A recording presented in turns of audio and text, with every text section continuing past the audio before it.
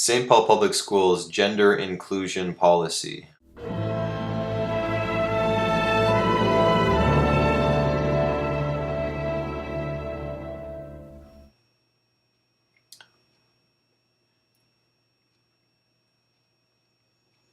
So here at the St. Paul Public Schools website, spps.org, about gender inclusion. So let's take a look at it. It says on Tuesday, March 17th, 2015, the St. Paul Public Schools Gender Inclusion Policy passed with unanimous support from Board of Education members. Work on a St. Paul Public Schools Gender Inclusion Policy began in February 2014 following student reports of being harassed and discriminated against for their gender identity.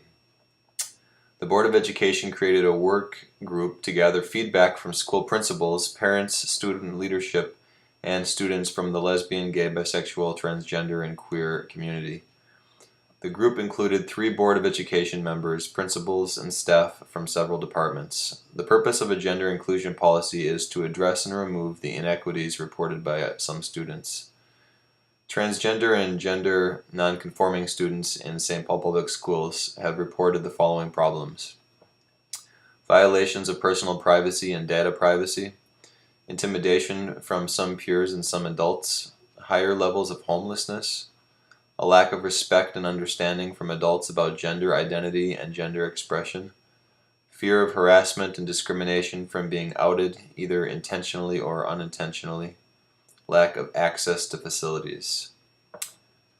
Through establishing a gender inclusion policy, St. Paul Public Schools will ensure that all students have equitable access to safe and comfortable programming, athletics, and facilities. And here are the policy points. Respect all students' gender identity and gender expression by honoring the right of students to be identified and addressed by their preferred name and pronoun. My name is part of my identity. If you cannot call me by my name, you cannot see me. I refuse to be invisible. I was an 11th grade student's quote. Point number 2, prohibit within academic programming the separation of students based upon gender unless it serves as a compelling pedagogical instructional tool.